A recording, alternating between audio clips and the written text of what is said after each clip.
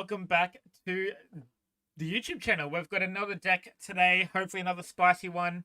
It is 10-year Gladiator Beast, or I guess Gladiator Beast 10 years.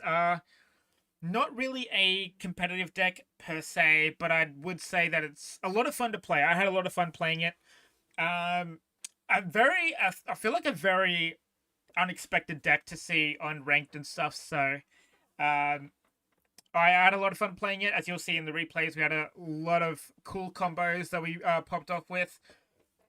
We'll just go over the profile. So, of course, we'll go our 10-year cards. We know a Shuna. Shuna's effect, when you control no effect monsters, you can special summon it.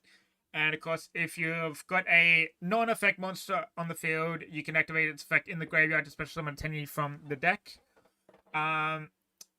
We've got Vishuda, which is the same. So summon it from hand if you control no effect monsters. And if you control a non-effect monster, you can banish it from the graveyard or the hand to bounce one card back. We have Adhara, which is your tuner to be able to special summon itself. And he can grab back a banished worm-type monster from the banished pile back to the hand. Pretty simple as that. And of course, we got our Shithana. I think that's how you pronounce it. It is our pop one and resummon our non-effect monsters from the graveyard.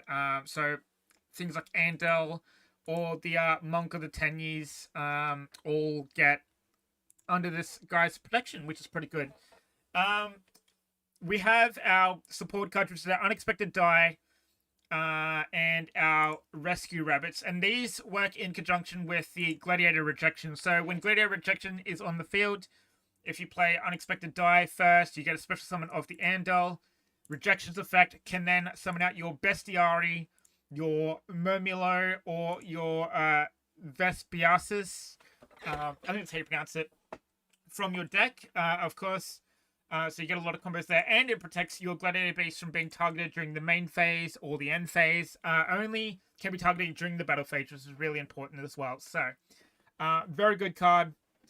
To have. Definitely you want to see it in your opening hand as soon as possible, I feel like, because it can be a bit of a dead draw if you just draw into it.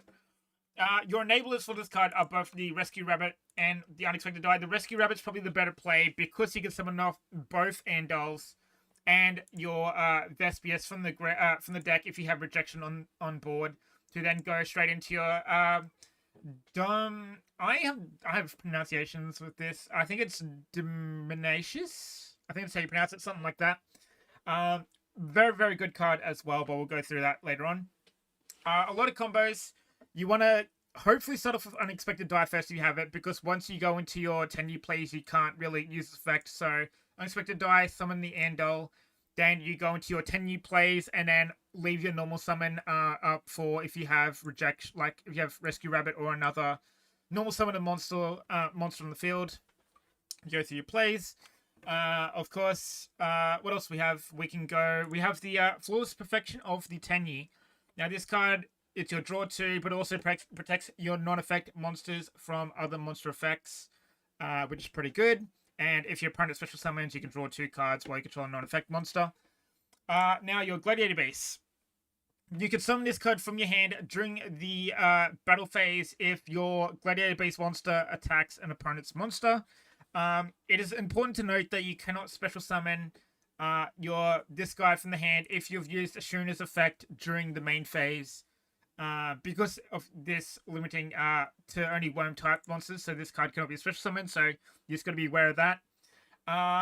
This guy pops back row, and word of caution, it has to pop a card on the field. So including if there's no spells and traps on your opponent's side, it will activate to pop your card if you have a spell and trap on the field.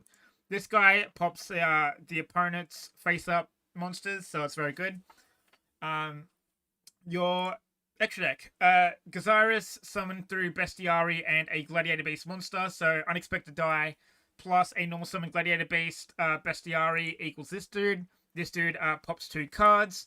And if it battled, it can shuffle itself. Also, I should note that all these are contact fusions, so whenever you summon out a Gladiator Beast fusion, the cards that are used for the fusion materials go back to the deck, which is why Rescue Rabbit is able to be really consistent in summoning out the Andals, because the Andals will go back to the deck no matter what. Rescue Rabbit becomes viable then, at least running at 3 copies of. because you're going to get the continuous summon of them, you know? So we have Gazaris, pops 2 cards, and if it battles, or if it gets attacked into and survives as well, you can special summon out 2 Gladiator Beast monsters from the deck, excluding Bestiari, so that will summon back your Andal and your Momilo, or your Vespius, or however you want to pronounce it. We have Nerikis, I think that's how you pronounce it, I'm not too sure. I wasn't too sure about adding this. It has come up maybe once or twice as a very good card to play through certain, like for the 10E matchup, you can play if your opponent has this card in the graveyard, this effect. If you go into this guy, this card effect won't happen when you swing over a normal monster or whatnot, you know. So it's very good for that. Also, it can be destroyed by battle, and of course, when it attacks or is attacked, you can shuffle it to summon out 2. This guy is your main boss monster, I would say, for the Gladiator Beast. And anyway, it is a monster negate. If you was trying to activate a monster effect, you can negate the activation if you do destroy it. And of course, the other good effect is you can decide the attack targets for your opponent. So, if a good turn 1 board, if you have this guy on board plus the rejection plus the shaman plus a monk, you can use this guy's effect to make the monk the target effect, so then the shaman effect will pop a card, and then if your opponent has less than 3,500 attack monsters, you can then force them to attack this guy, who will just basically take out everything. So very good card to have, and also protected underneath the rejection as well. And of course, you got your 10 years effect to hopefully go into your Draco Berserker, your Baxia of the Adhara or Vishuddha, going into these guys. The Shaman, we all know what it does. It pops a card when you're attacking for a Monk or an Andal. And of course, we have our Monk to get our tennies into the graveyard as well. So, there's pretty much the deck. We also ran Grit as a skill, but I personally think that this deck can be run with any skill. Pretty much the ties that binds, just any skill really. I went with Grit personally because I felt most of the time that I was getting beaten over and I had no way of coming back, or I just get beaten over and be absolutely destroyed, right? So I went with Grit to at least give me a chance of surviving until the next turn, hopefully for a comeback, and you will see a great comeback in one of the replays as well. So that's pretty much the deck profile there. Hopefully you guys enjoy, and I'll see you guys in the next video.